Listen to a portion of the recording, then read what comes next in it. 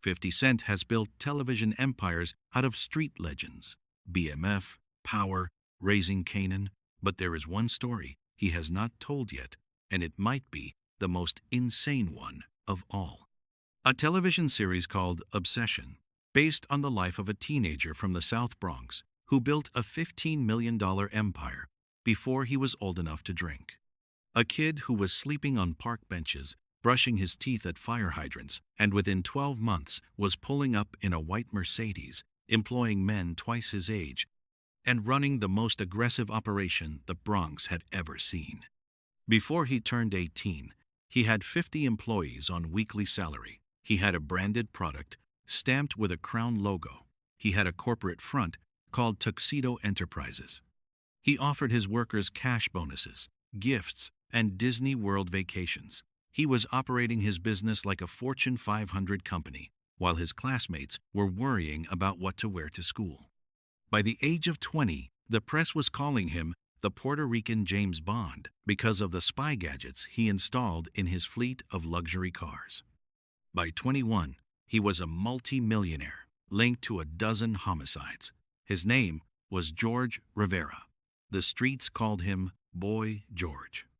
And the story of how a homeless Puerto Rican teenager became the most feared young kingpin New York City had ever seen is the reason 50 Cent wants to put it on television. George Rivera was born in the South Bronx, one of the most economically devastated urban neighborhoods in American history. His father left when he was 6 months old. His mother beat him with extension cords. He ran away from home at the age of 10. By 12, he had a court order against him. He was bouncing between group homes, relatives, and the streets. He ended up at a group home in New Rochelle, where other kids remembered him as quiet, charismatic, and always meticulously dressed. Even when he had nothing, that detail matters. Even when George Rivera was sleeping on park benches, he made sure his clothes were clean. He brushed his teeth at fire hydrants. He pressed his shirts. He understood something most people never figure out. How? Power grows in proportion to what you make other people see.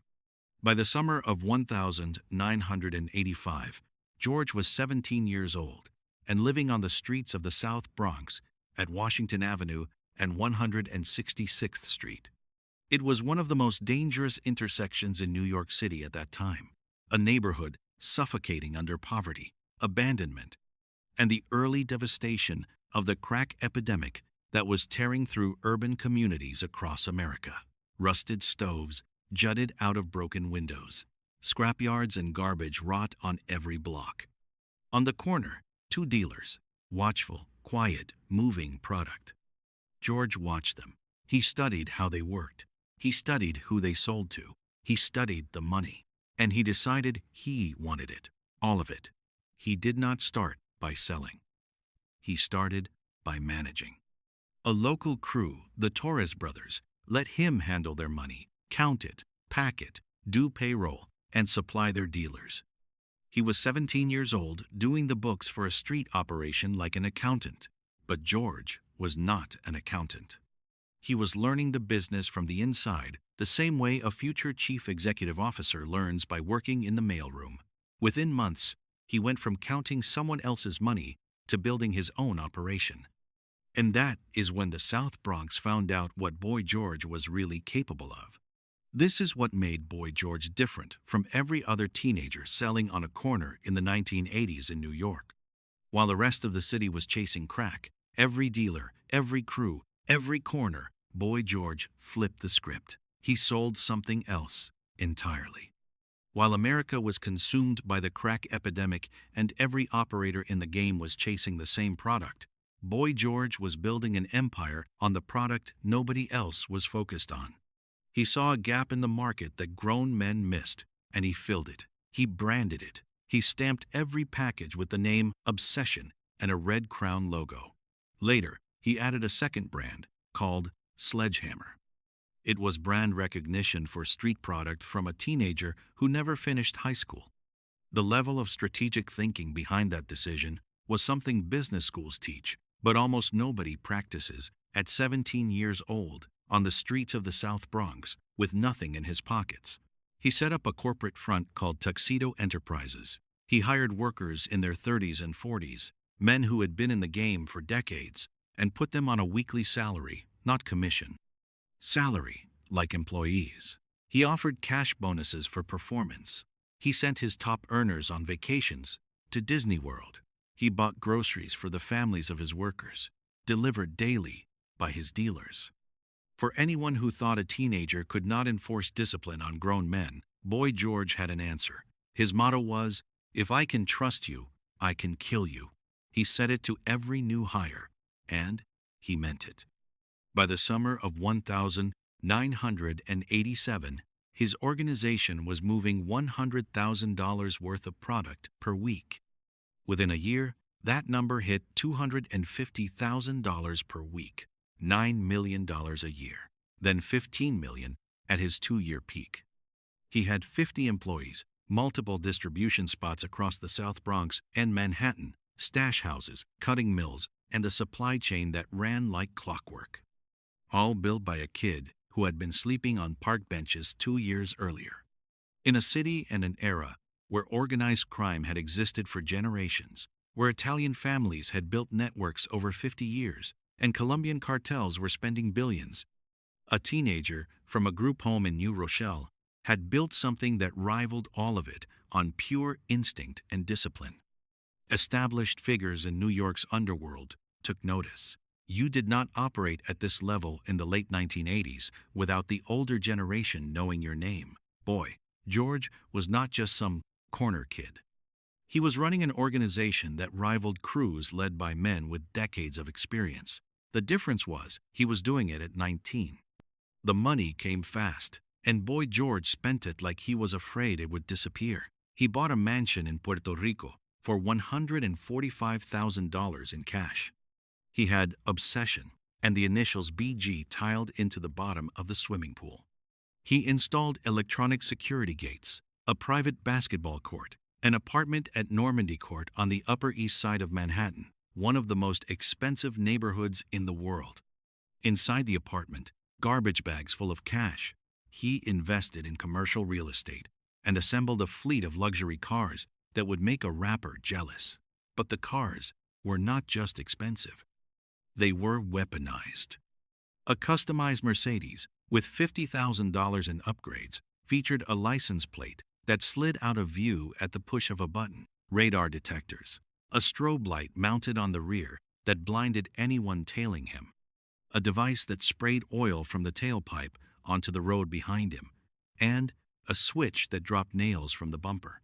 And then there was the Porsche, customized for $140,000, with an ostrich skin interior, multiple cell phones, a color television and VCR, a 630-watt stereo system, custom rugs, an ebony finish, and concealed compartments for cash and product. The press started calling him the Puerto Rican James Bond. Boy George later said, "The law would still be chasing me if I had made it to one of my cars the night of my arrest." He sent a girlfriend to San Francisco once just to buy a pair of sneakers that were not available yet in New York.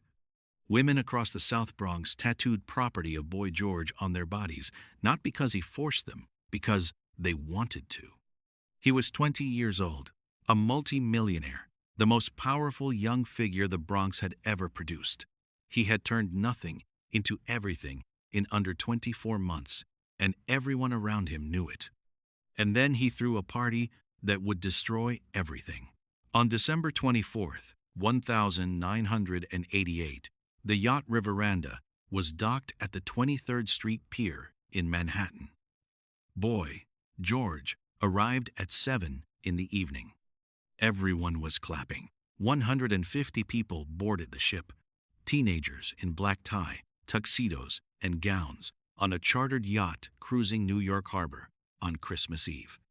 The tables were organized by spot location. Each crew from each distribution point was seated together like departments at a corporate dinner. Distribution was how the room was arranged.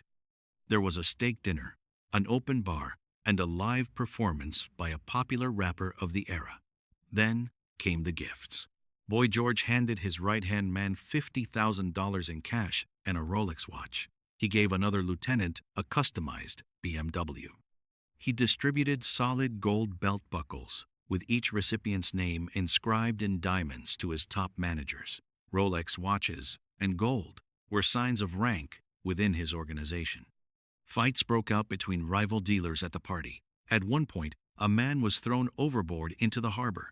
The captain's report described the 2-hour cruise as quite memorable.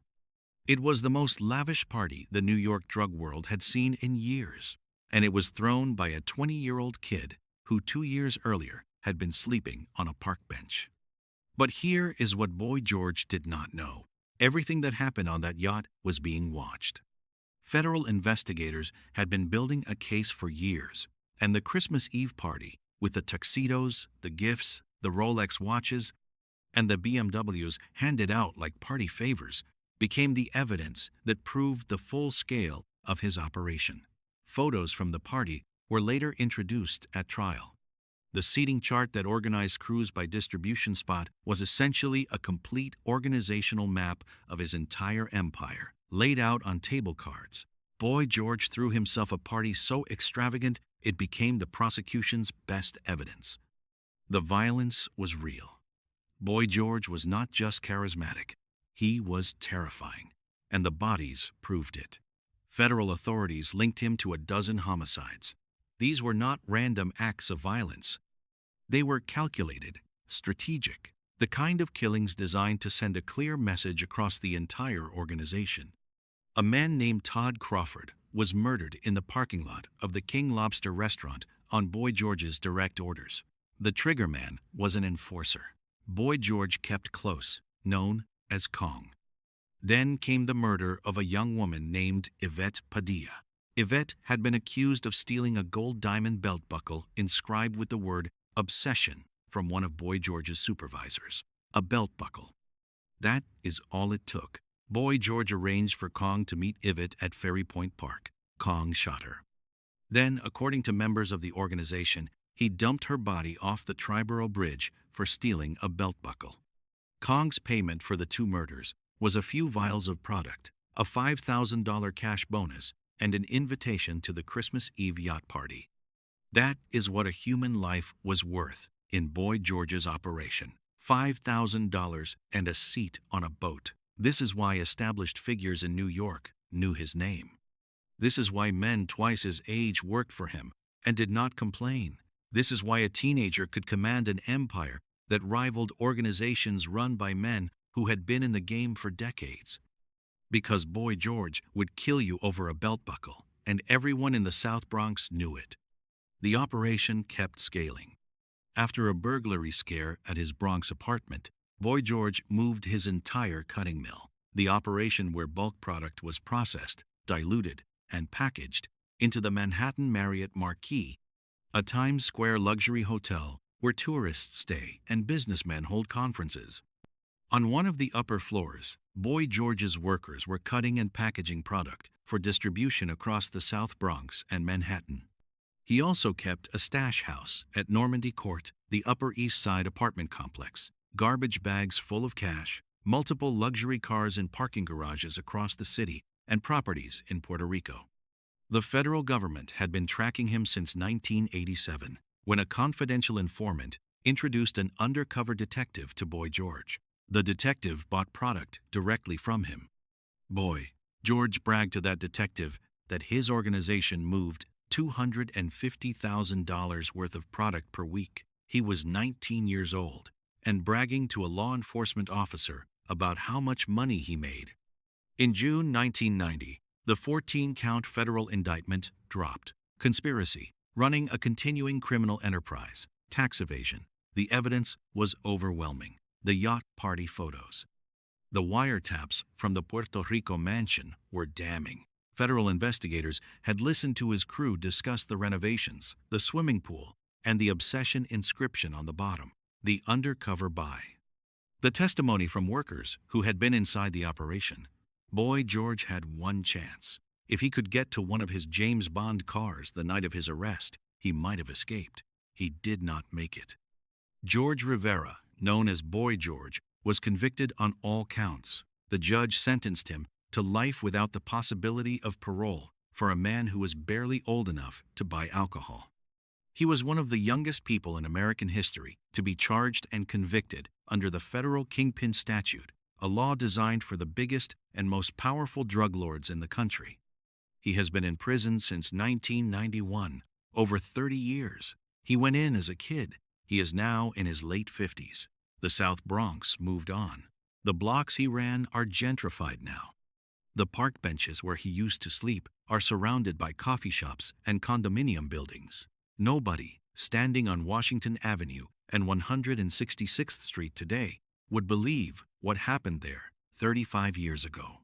His story was documented in depth through journalism and nonfiction writing that spent years embedded in the communities of the South Bronx and followed the real people connected to his world.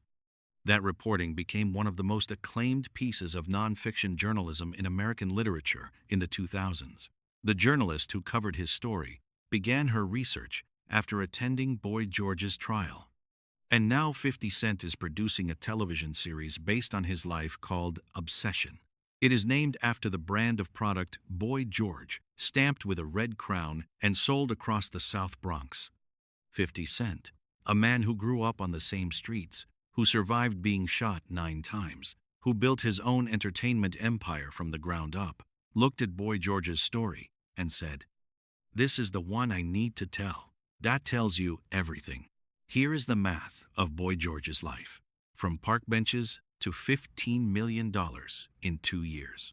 From brushing his teeth at fire hydrants to a Puerto Rican mansion with Obsession tiled into the swimming pool. From a group home in New Rochelle to a $140,000 Porsche with an ostrich skin interior. From nothing, literally nothing, to the most powerful young figure the Bronx had ever produced. And then, life without parole at age 22. Every dollar, every car, every Rolex watch, every gold belt buckle with diamonds, every James Bond gadget, every garbage bag full of cash at Normandy Court, every steak dinner on a yacht on Christmas Eve. All of it traded for a cell. The Christmas Eve party was the peak. 150 people in black tie, a live performance on stage. Rolex watches and BMWs handed out like party favors.